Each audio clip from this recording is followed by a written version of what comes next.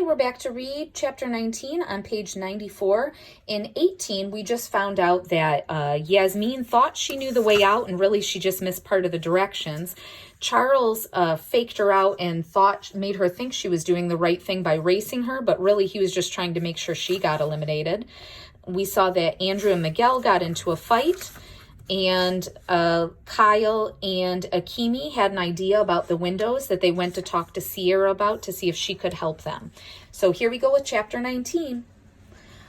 "Oh, Mrs. Tobin," Akimi called out, "I need to use my library consultation." "You sure about this?" said Kyle. "That's the beauty of being a team. After we burn through mine, we'll still have yours." The hologram librarian appeared and advised Akimi that Huckleberry Finn by Mark Twain was the book located right underneath the holographic image of Dr. Seuss and the Cat in the Hat.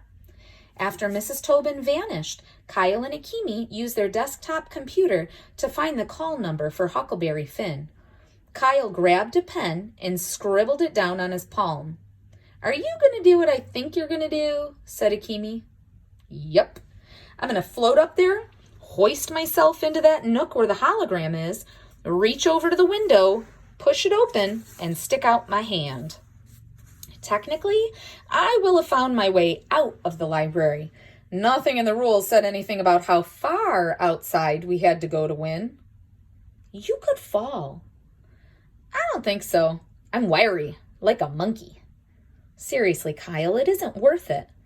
Yes it is. Did I mention I want to win?" "You should improvise a safety harness," suggested Sierra Russell. "Huh?" "Well, in this adventure book I read once, the hero was in a very similar predicament. So he removed the curled handset wires from several telephones, bundled them together, and made a safety rope." There's our space. A little time is elapsing. 10 minutes later, Kyle, Akimi, and Sierra had stripped the springy wires off a couple telephone handsets. Kyle looped the cables around his waist and tied the other end to the handrail of the hover ladder. When fully extended, the safety rope would stretch out a little more than 20 feet. "It should work." "Be careful up there," said Akimi. "Yes," said Sierra, who wasn't reading her book anymore. Apparently watching a real live person risk his real live life by doing something really, really scary was one thing more exciting than reading. Kyle locked his feet into the hover ladder's ski boot brackets. Here we go. Serious adrenaline raced through his body as he tapped the call number for Huckleberry Finn into his hover ladder's book locator keypad. "When you open the window," said Akimi, "just shout, 'I found a way out,' and we win." "Right," said Kyle. "All three of us." "Huh?" "Hey, Sierra came up with the safety rope idea. She's on our team now, too." "Fine, whatever. Just don't break your neck." "Not part of the plan." Kyle pressed the enter button on the control panel. The platform floated up off the ground and drifted slightly to the right. "Be careful," said Akimi. "Watch it." "I'm not doing anything," said Kyle. "This thingamajiggy is doing all the work. I'm just along for the ride." Kyle gripped the handles as the platform rose higher and higher. He sailed past books by Tolstoy, Thackeray.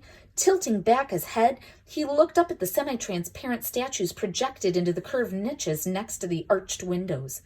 They were a weird mix. A thoughtful African-American man in a three-piece suit and a bow tie, a guy with long curly hair, old-fashioned clothes, and a looking glass, a long-haired dude in a scruffy shirt hiding behind the cutouts of the letters P and B, a bald guy with a beard. Since the statues were really holographic projections, they had chisel-type labels floating in front of their pedestals, identifying who the famous people were. The ones closest to Kyle were George Orwell, Lewis Carroll, Dr. Seuss, and Maya Angelou. As he continued to climb, Kyle could hear the soft whir of the electromagnets invisibly lifting him toward the ceiling, and then he heard something much louder. "What a ridiculous idea!" Charles Chiltington. He was standing on the second-floor balcony at the far right side of the rotunda. "You know, Keeley, I thought about doing the same thing, but then I noticed something you obviously overlooked. There's a wire mesh security screen on the other side of those windows. The levitating platform stuttered to a stop. Enjoy staring at the ceiling, Keeley. I'm off to win yet another game. Kyle ignored Chiltington and grabbed hold of the ledge beneath Dr. Seuss's berth. He tried to haul himself up, but his feet wouldn't budge. They were locked in place by those ski boot clamps. And this close to the skylights, Kyle could see that Chiltington was right. There was a security screen on the other side of the windows. Kyle checked his wristwatch. It was 1 p.m. He and his teammates had wasted an hour on the lame window idea.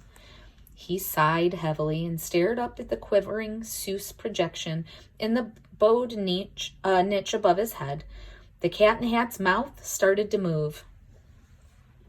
Think left, and think right, and think low, and think high. Kyle recognized the voice. It was Mr. Lemoncello.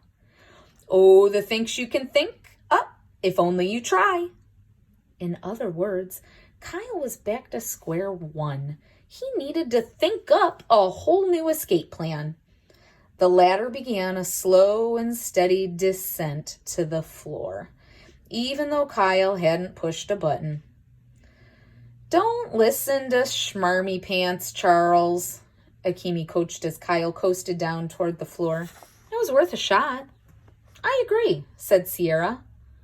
A blood-curdling scream came ringing up the staircase from the basement.